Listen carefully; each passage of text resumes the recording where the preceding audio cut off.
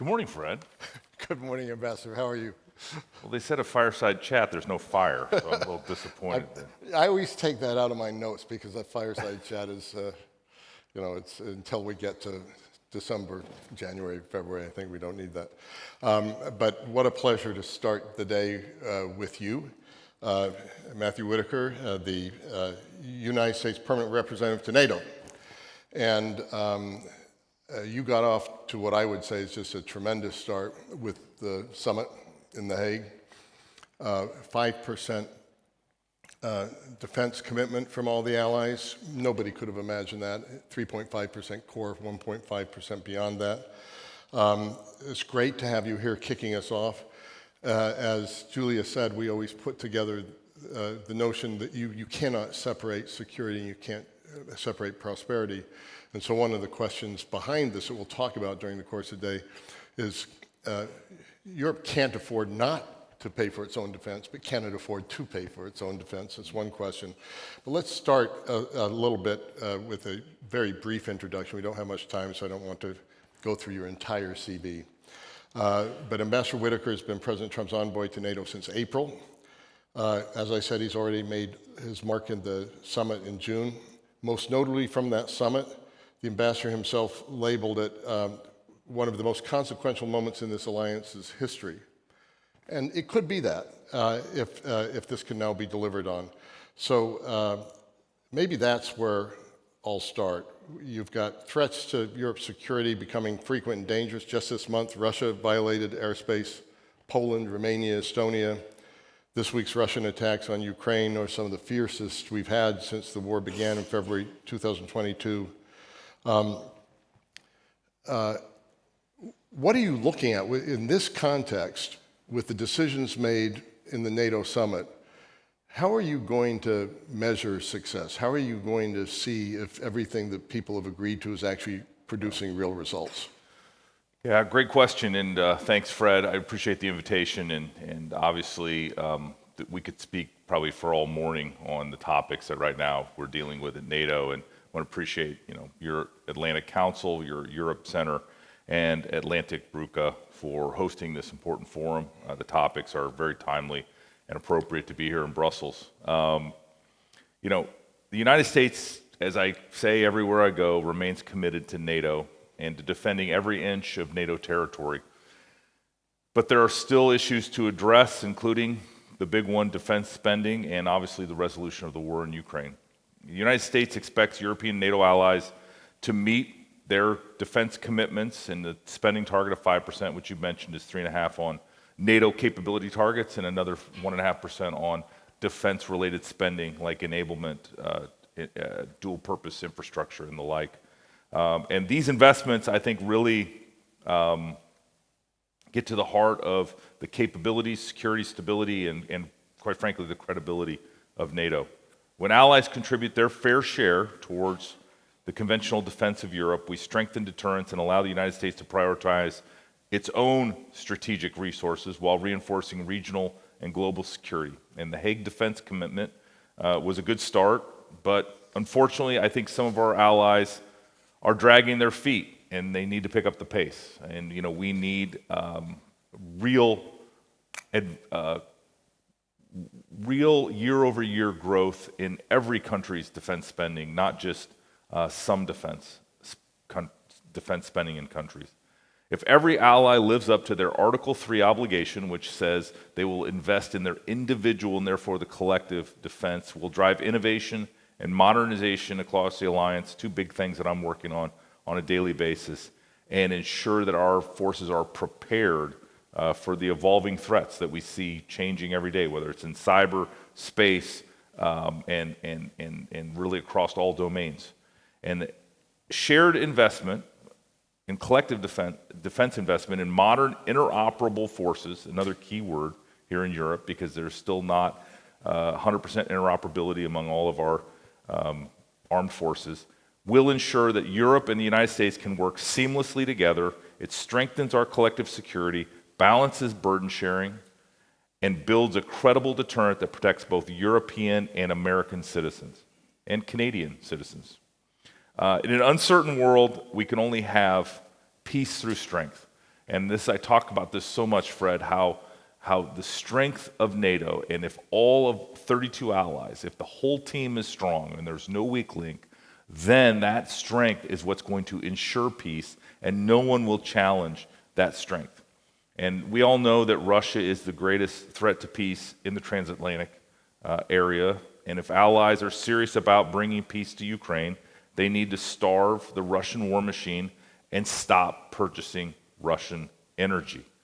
Once they do that, obviously there's a clear path to additional U.S. and European sanctions to impose even more costs and change the calculation for the Russians to come to the negotiating table and resolve this completely unnecessary and just meat grinder of a war.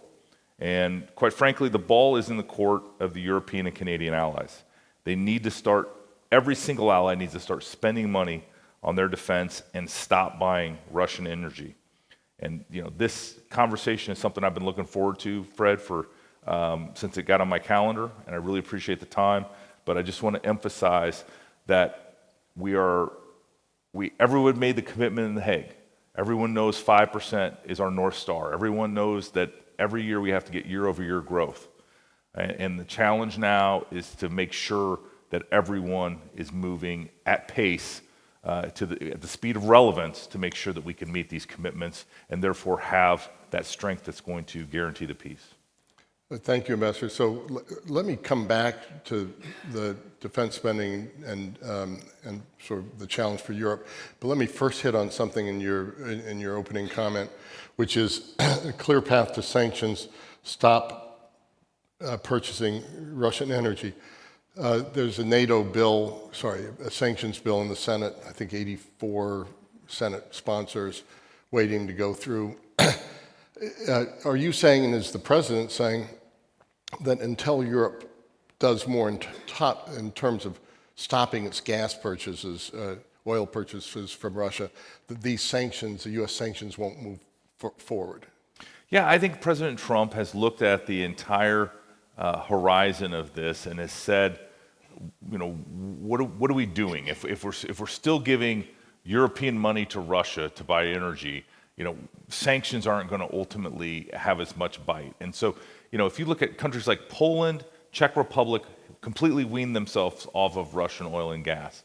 We have other NATO alliance members that are buying almost 100% of their oil and gas, specifically Hungary, Slovakia, and not 100%, but Turkey still is buying too much Russian energy. And these are conversations that we're having as the United States with our allies and together through NATO as to how we also wean those folks off. Now, obviously, this is not going to be easy. Two of those countries have direct pipelines from Russia, bringing them cheaper oil than they can buy on the market. And so it's not going to be easy.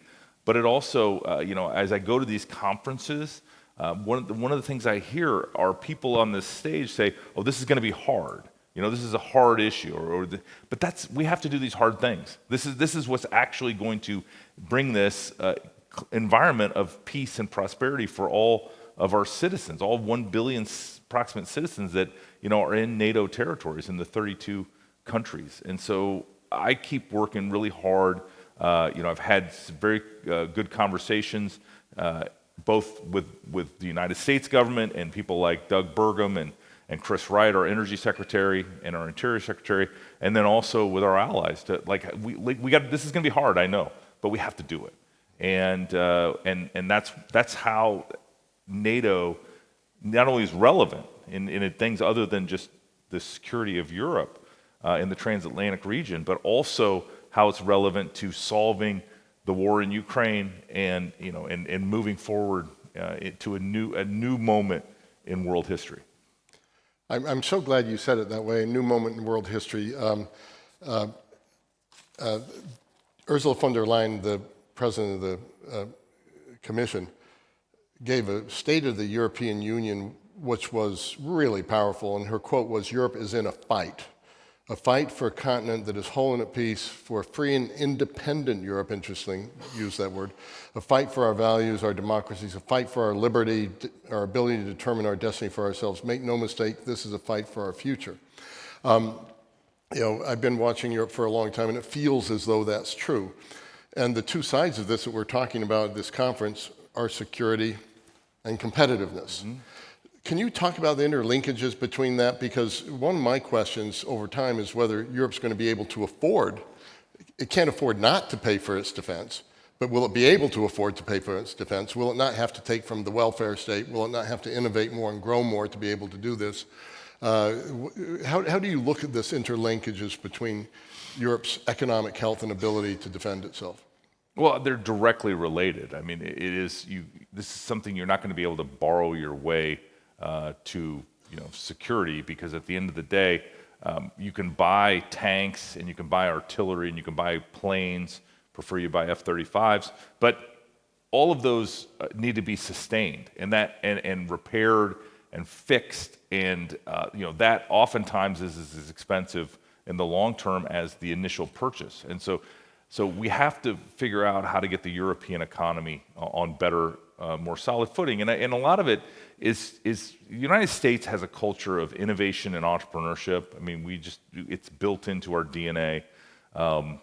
A lot of it was inherited from the immigrants that came from Europe originally, whether Dutch or German or every other country and creed. But ultimately, for some reason, Europe has taken a no approach, and the United States has taken a yes approach when it comes to innovation and entrepreneurship. We have created a culture in the United States where somebody can take risk, and if they take risk and they succeed, then they'll be rewarded for that. And I think oftentimes in Europe it's backwards, where the government is skeptical on new ideas and innovation and innovators. And that's something that's going to have to change. And obviously the social safety net is instead of a hand up, it's a hammock, where I think there is a very comfortable life for a lot of countries and their citizens. And I look at I know the American work ethic is inconsistent. There's some of us that work very hard. There's some that that don't. But we certainly a work week for us is at least 40 hours, and oftentimes for a lot of people it's 50 or 60 hours a week. And in places like Belgium, it's 36 hours, and with a downward pressure on the number of hours. And I think that's that whole culture is going to have to grow and develop, because fundamentally you can't pay 5% of your GDP on defense and defense-related items without economic growth. Right. Because you can't grow your government budget with them. There's only two ways. You can get it through economic growth and therefore more revenue in your current tax system, or you can get it by raising taxes, and that certainly is not popular here in Europe or in North America either. And as you talk to your allies, how do they feel about you? You were talking again in your opening comment about some dragging their feet.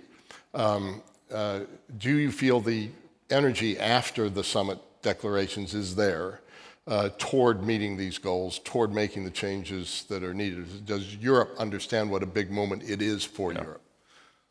The good news is that the biggest economy, Germany, has committed to get to the spending targets in the next 4 years. And that is very important. What Germany does is going to be a lot more important.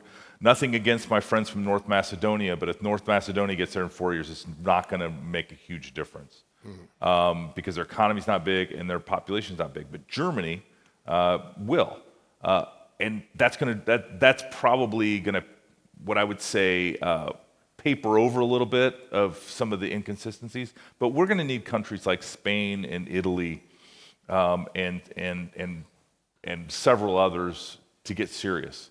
But there are countries that are sober, serious, especially those on the front lines of Russia, on the eastern flank. I mean, Poland is clear-eyed on what the threat is, and they're going to be at 5% here in the next year. All the Baltic countries, Estonia, Latvia, Lithuania, they're going to be at 5% spending on core defense. I mean, they are investing, but again, you're talking about countries that are smaller than my home state of Iowa, that are less than 2 million citizens. And so, it's going to be the big countries like Germany, France, Great Britain, Italy, that are going to really determine whether Europe steps up. And so Germany is the good news story, and we need to keep encouraging them to make those big spending jumps. I'm a little, I'm going to continue to watch our friends in France and Great Britain. I think the desire is there, but the economics are just not there. I mean, the borrowing capacity is not really going to cover what they need to do, and their economic growth is equally slow. And they're going to have to structurally rethink how they're doing growth in their country and invest in ways to encourage businesses to grow, entrepreneurs to start new businesses, and create a culture where that is sustained. Thank you for that. So in the past, President Trump's expressed frustration with the concept of collective defense for allies who are not paying where they ought to be paying. We've seen the Russian incursions in allied airspace over countries like Poland and Estonia, however, who are hitting their numbers and have been doing so for some time. How serious do you see these new incursions over airspace? How serious is the United States looking at this? How can the alliance deter future such incidents? Yeah, well, we're going to defend every inch, and I think I'll point to the good news story. So the drones that flew into Polish airspace were tracked, were shot down. Many of them were shot down by F-35s and F-16s, and that shows a domain awareness and an air defense strategy that I think shows that NATO is serious and ready to move. I think one of the things that I'm looking at is how we can do that better. How we're not firing $2 million missiles to shoot down $600 Shaheeds, and that's something that we're working very closely with the military leadership within NATO and the U.S. Military leaders to make sure that we have multi-layered at all altitudes air defense. And then in Estonia, that's another great example. I mean, from the moment those planes took off, they were tracked by our radars. Ultimately, Sweden, Finland, and the Italian Air Force all were part of escorting those planes, let's call it, and making sure that they were not a threat to the capital in Estonia. So each one of these examples, I think, demonstrates NATO capabilities. The thing that I want to remind everybody is, we're in this, if you think about how Iran treated the United States and our allies, it was kind of this no war, no peace, N-O war and N-O peace. Yeah. And I think that's probably what Russia's trying to do to NATO right now, is to not cross a line that drags the United States and our allies into a war, but they also are trying to be disruptive and present kind of asymmetrical threats.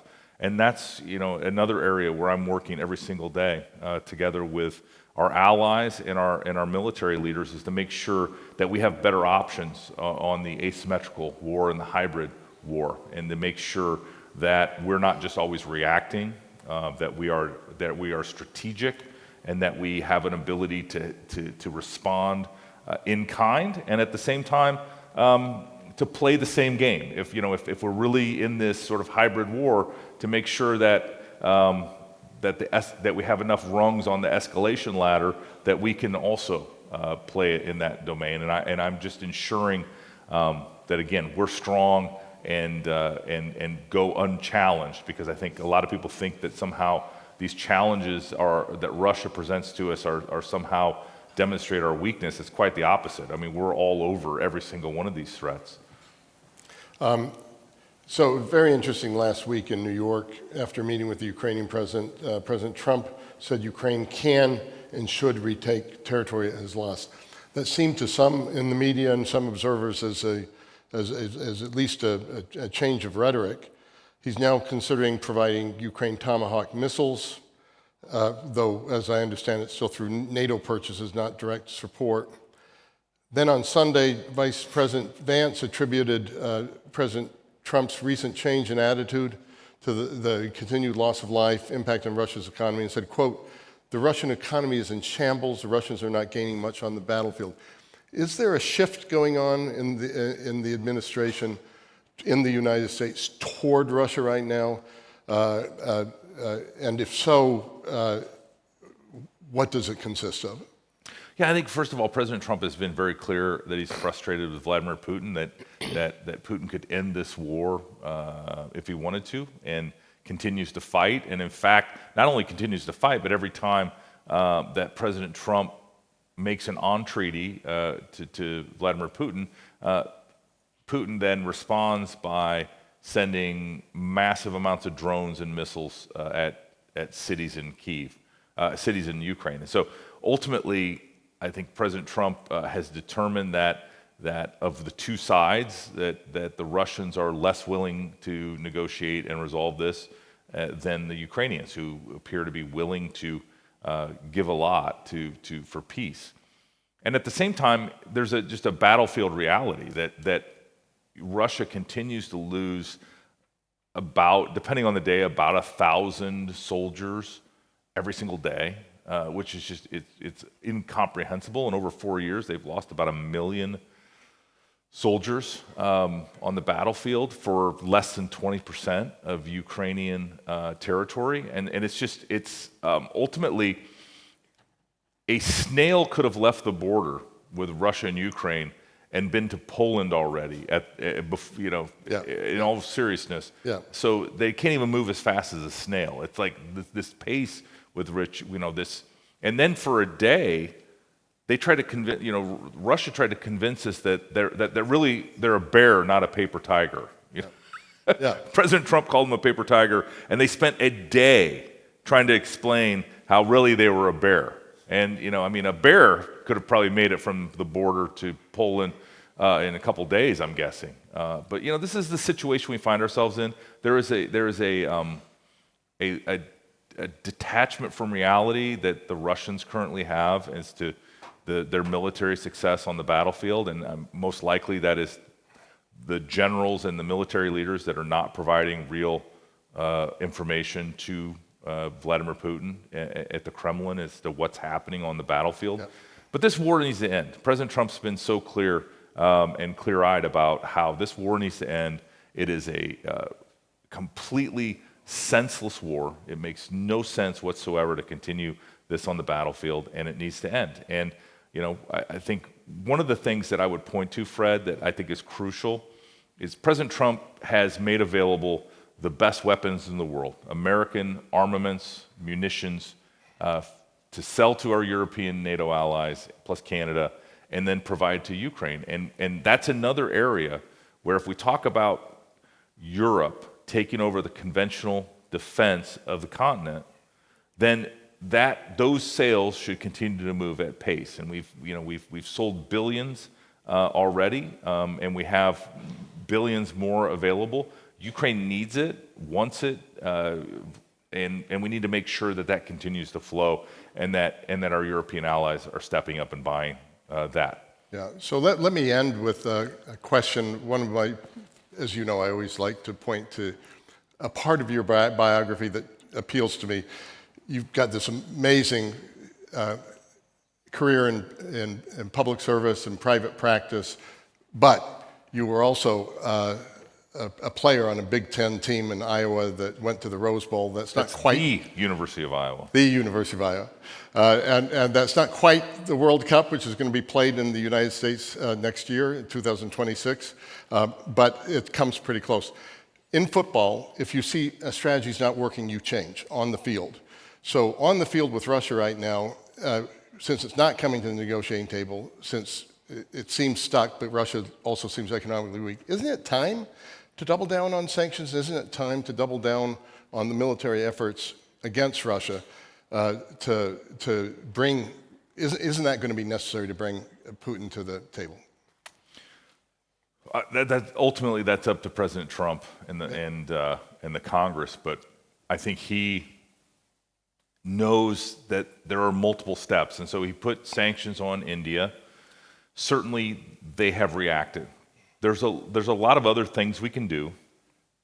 on a sanctions front, on a shadow fleet front. There are a menu of items that we could do, but we can't do it alone. And I think this is one of President Trump's frustrations with the EU, especially, is they want the United States to bear the weight and the burden of sanctions, whether it's against China, whether it's Brazil, or India, or any other countries that are buying Russian oil and gas.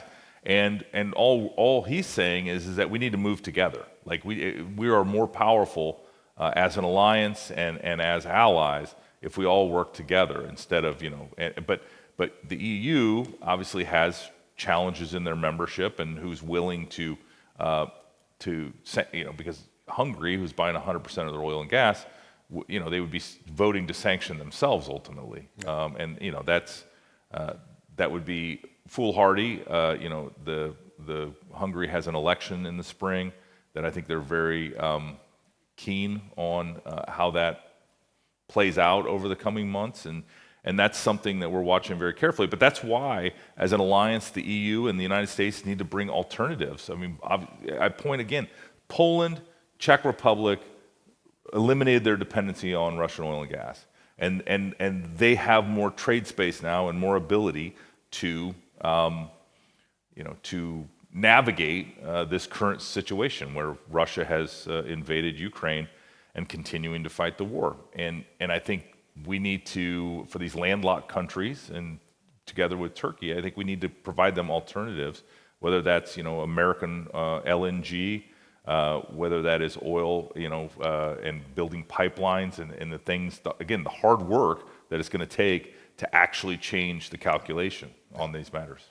Mr. Ambassador, I wasn't quite sure how I could bring American football together with Ukraine, but thank you for this. Just know it's very hard to watch in Europe. The 6 hours ahead is those night games are impossible. So look, very much look forward to the rest of this conference. Thanks for kicking us off in such fine fashion. Jörn Fleck, Senior Director of Europe Center, is going to come to the stage to introduce his speaker. But before he does that, please join me in a round of applause for Ambassador Whitaker.